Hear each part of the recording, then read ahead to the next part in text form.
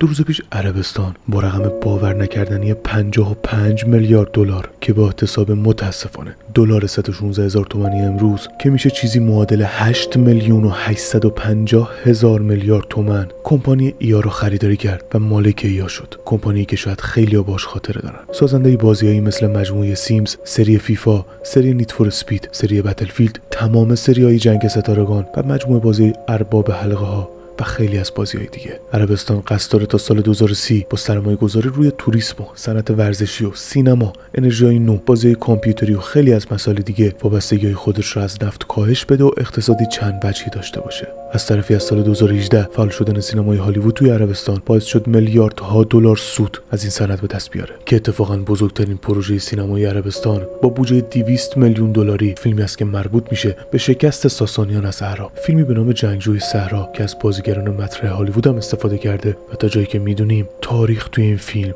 قراره مثل خیلی چیزای دیگه تعریف بشه. داستان دروغین و واقعا عجیب این فیلم رو توی کپشن واسهتون نوشتم، بهش دقت کنید.